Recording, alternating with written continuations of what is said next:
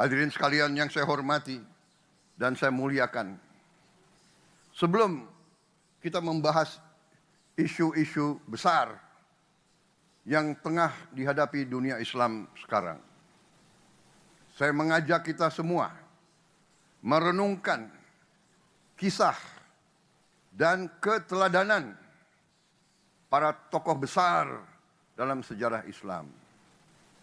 Kisah-kisah mereka bukan hanya catatan sejarah, tetapi sumber nilai dan sumber inspirasi yang sangat relevan bagi tantangan yang kita hadapi hari-hari ini. Kita bisa belajar dari keberanian mereka, keteguhan mereka, kecerdasan mereka dalam membela kebenaran, dan keberhasilan mereka dalam membangun peradaban.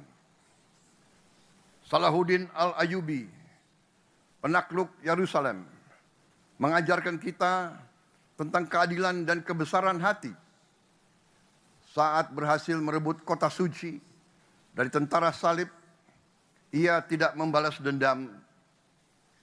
Ia bahkan memberi jaminan keamanan bagi musuh-musuhnya. Beliau memberi contoh selalu melindungi yang lemah, selalu melindungi yang tertindas. Di dunia yang masih banyak diliputi kebencian dan kekerasan, keteladanan ini menunjukkan bahwa kekuatan sejati seorang pemimpin adalah kasih sayang, rasa kemanusiaan, dan tekad untuk selalu melindungi yang lemah.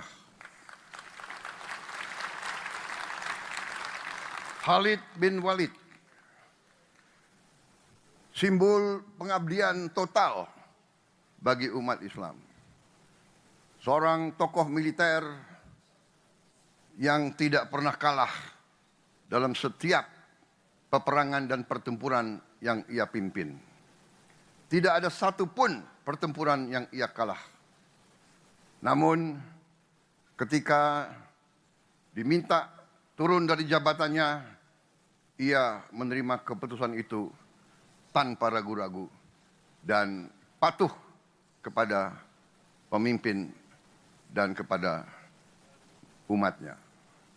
Keikhlasan ini menunjukkan kepada kita bahwa kekuasaan bukan tujuan, melainkan suatu amanah, suatu pelajaran penting bagi kita semua yang memegang peran kepemimpinan hari ini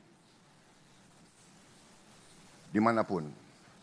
Saudara-saudara, Umar bin Khattab membangun pemerintah yang adil dan efisien. Ia meyakini untuk memeriksa keadaan rakyatnya. Ia tidak rela melihat rakyatnya diperlakukan dengan tidak adil, dan ia tidak segan menghukum aparatnya yang lalai dan yang tidak melindungi dan melayani rakyatnya. Dalam konteks hari ini, saya yakin bahwa rakyat kita semuanya menuntut pemerintah yang bersih dan transparan.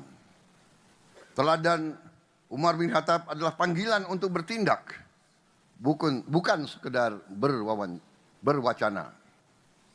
Karena itu saya sangat menghormati tema pertemuan ini, yaitu good governance dan strong institutions.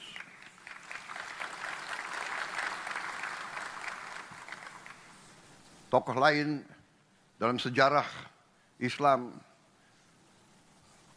yaitu Muhammad Al-Fatih, penakluk Konstantinopel di usia 21 tahun. Simbol dari pemimpin yang menggabungkan ilmu pengetahuan, sains, iman, dan visi.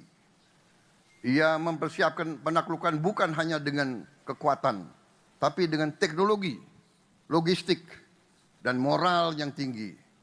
Ia menunjukkan bahwa pemuda Islam bisa menjadi pemimpin dunia jika dibekali pendidikan dan keyakinan yang benar. Hadirin yang saya muliakan, beberapa hari yang lalu saya mendapat kehormatan berbicara di hadapan parlemen Turkiye di Ankara. Dalam forum itu saya menegaskan kembali komitmen Indonesia, komitmen bangsa Indonesia yang tidak akan pernah surut, tidak akan pernah berhenti dalam membela hak rakyat Palestina untuk merdeka.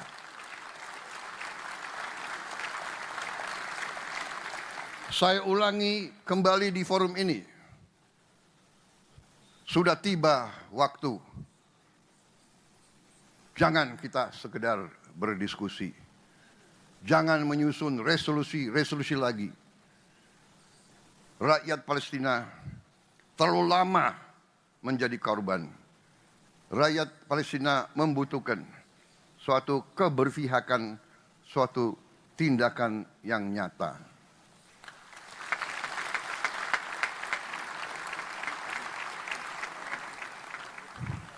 Indonesia akan terus berdiri bersama Palestina.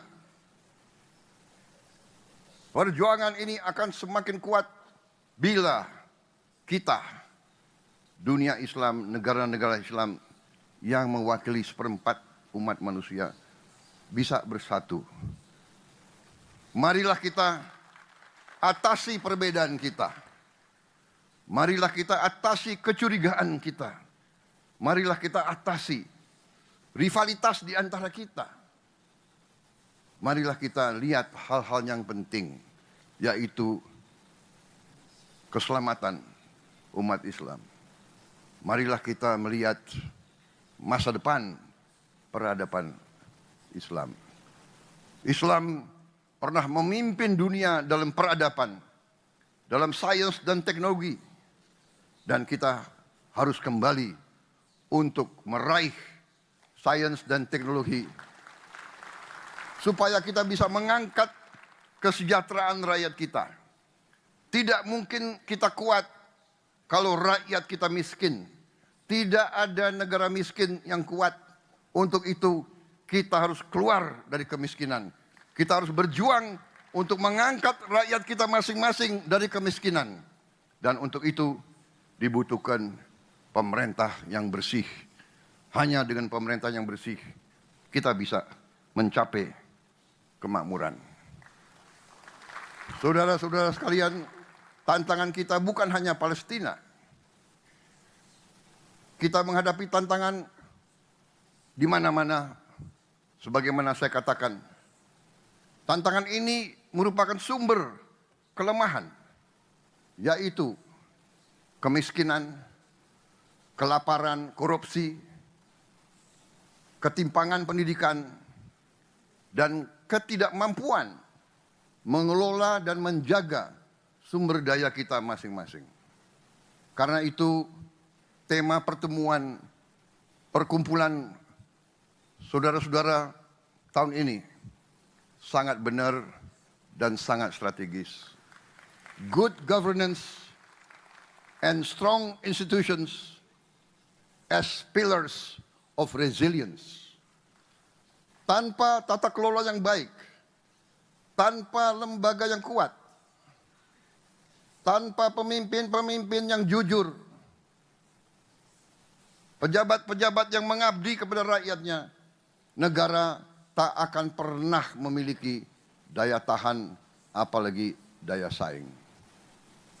Pemerintah Indonesia saat ini berkomitmen menjalankan beberapa agenda besar, mulai dari reformasi politik dan birokrasi, pembangunan sumber daya manusia, swasembada pangan dan energi, hingga penguasaan ilmu pengetahuan dan teknologi.